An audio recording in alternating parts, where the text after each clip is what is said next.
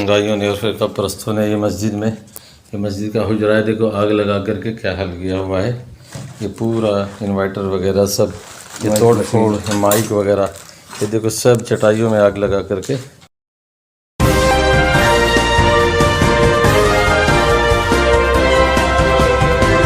दोस्तों, नू मेवात में हुए हिंसा के दौरान जिस तरीके से तस्वीरें सामने आई, उसने हर किसी को हिला करके रख दिया।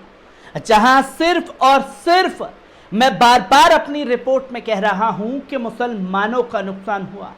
चुन चुन करके उनकी दुकानों को लूटने का काम जो है इस हिंसा के दौरान किया गया। चुन चुन करके उनकी दुकानों को आग के हवाले किया गया।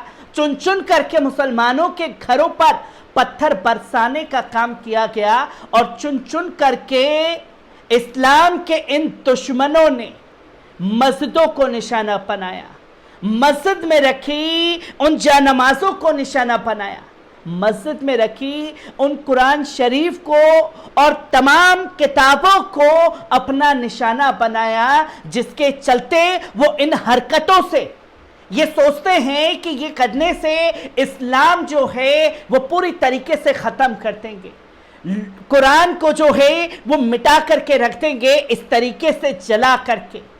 पर ऐसे लोगों को कान खोल करके एक बात सुन लेने की ज़रूरत है कि चाहे आप कितनी कुरान शरीफ को आग के हवाले क्यों ना कर दें, चाहे आप कितनी मस्जिदों को इस तरीके से आग के हवाले क्यों ना कर दें, पर दिलों से किसी भी मुसलमान के ना तो आप कुरान शरीफ निकाल पाएंगे, ना नमाजों को निकाल पाएंगे, और ना ही आप कभी अपनी इन हरकतों से इस्लाम को मिटा पाएंगे।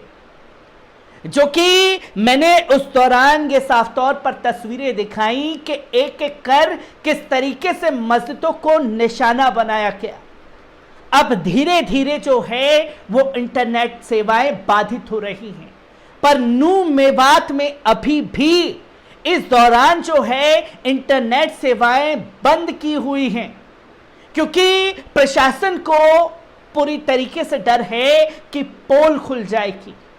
पर जो जिम्मेदार वहां का नज़ारा देख रहे हैं, वहां की तस्वीरों को देख करके आए हैं, वो चीख चीख करके गवाही दे रही है कि किस तरीके से चुन चुन करके इन इस्लाम के दुश्मनों ने मस्जिदों को निशाना बनाया है।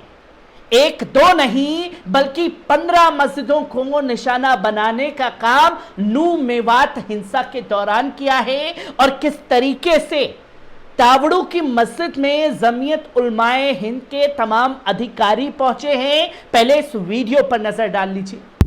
ये तावड़ू की जामा मस्जिद है, जिसमें जो 31 जुलाई को यहाँ पे फसाद हुआ, तो फसादियों ने और दंगाइयों ने और फिर परस्तों ने ये मस्जिद का हुजरा है, देखो आग लगा करके क्या हाल किया हुआ है।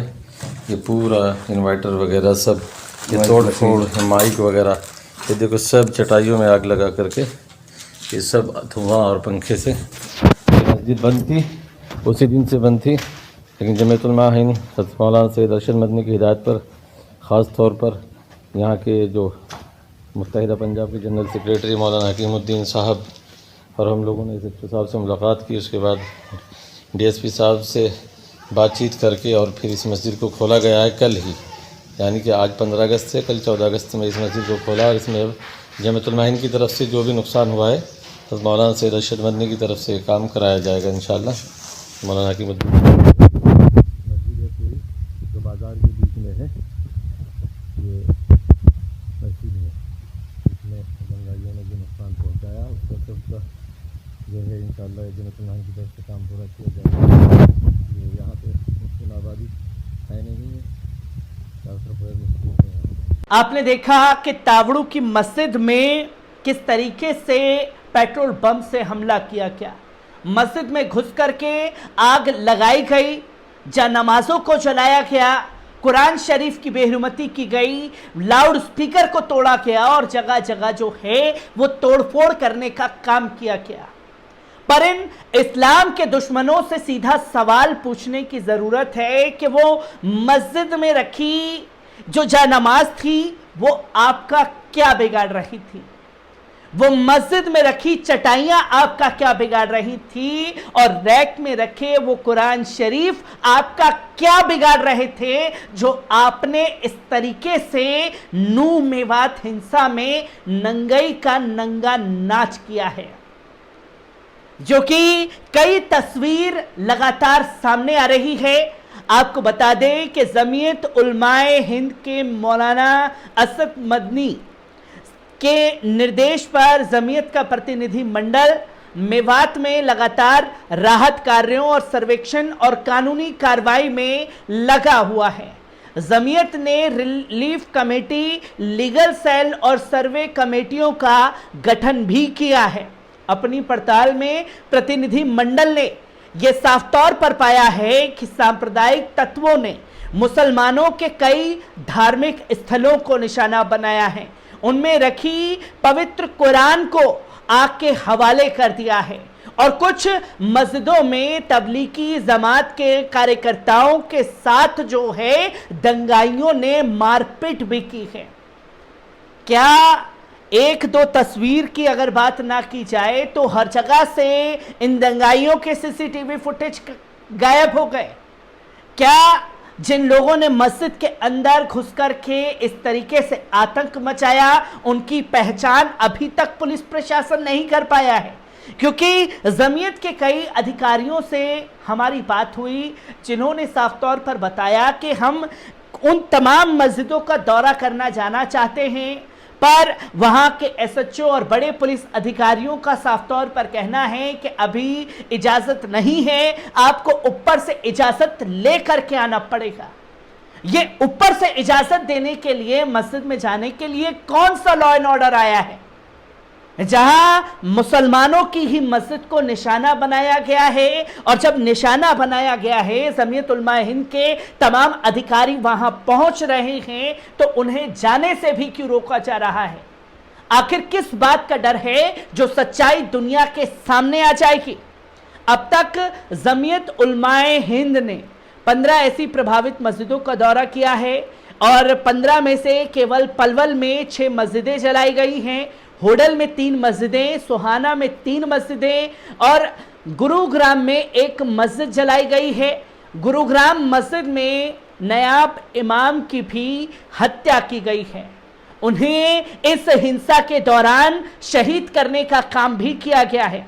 इस पर और अधिक राजनीतिक और प्रतिशोधात्मक कार्रवाई करते हुए राज्य सरकार और प्रशासन ने गैर कानूनी रूप से उल्टे मुसलमानों के घरों, दुकानों को ही ध्वस्त कर दिया है, उस पर बुलडोजर चलाने का काम किया है, जिस संबंध में स्वयं हाई कोर्ट ने टिप्पणी की कि ये एक समुदाय का नरसंहार है। अगर हाई कोर्ट संज्ञान नहीं लेता तो ये संख्या 4 गुना और अधिक होती। इसके विपरीत मुसलमानों के घरों को जलाने, उनके धार्मिक स्थलों, पवित्र कुरान का अपमान करने वाले, मस्जिद में मौजूद इमाम और तबलीगी जमात पर हमला करने वाले आज भी खुले आसमान के नीचे आज़ाद घूम रहे हैं। उनके घर बार भी सुरक्षित हैं। ये बातें अपनी रिपोर्ट में जमीयत उलमाए हिंद के द्वारा गठित प्रतिनिधि मंडल ने लिखा है। जमीयत उलमाए हिंद के प्रतिनिधि मंडल का नेतृत्व मौलाना हकीमुद्दीन कासमी, महासचिव जमीयत उलमाए हिंद कर रहे हैं। प्रतिनिधि मंडल में सीनियर ऑर्गेनाइजर मौलाना गयूर अहमद कासमी और कारी नौशाद, आदिल कारी असलम, मौलाना साजिद राजोवाल और वकील यासिर अरफात, तमाम प्रतिनिधि मंडल जो है वो वहां पहुंचा हुआ है। इसी पर जमीयत उलमाए हिंद की ओर से प्रदेश स्तर पर मौलाना याहिया करीमी निज़ाम आला जमीयत उलमा संयुक्त पंजाब कारी मोहम्मद और तमाम अधिकारी जो हैं वहां पर पूरी तरीके से मोर्चा संभाले हुए हैं। आपको बता दें कि जो मस्जिदों को वहां निशाना बनाया गया है उसमें अंजुमन इस्लाम वाली मस्जिद गुरुग्राम, मौलवी जमील वाली मस्जिद सोहाना, शाही जामा मस्जिद, 12 खंबा वाली सोहाना, लक्कड़ शाह वाली मस्जिद सुहाना, बाजार वाली मस्जिद होडल, ईदगाह वाली मस्जिद होडल, पंजाबी कॉलोनी जामा मस्जिद होडल, मदरसा वाली मस्जिद पलवल, पीर गली वाली मस्जिद पलवल, गुप्तगंज गली वाली मस्जिद पलवल, काली मस्जिद पलवल, हाजी निजाम वाली मस्जिद बस स्टैंड पलवल और रसूलपुर गांव वाली मस्जिद पलवल, जिन्हें दंगाइयों द्वारा निशाना बनाने का काम किया है। और सोचिए कि जैसे ही न्यू मेवात में सोशल मीडिया बहाल होगा तो और किस तरीके से तस्वीरें लोगों के सामने आने वाली हैं। हर एक तस्वीर से आपको रूबरू कराता रहूंगा। दीजिए इजाजत, शुक्रिया।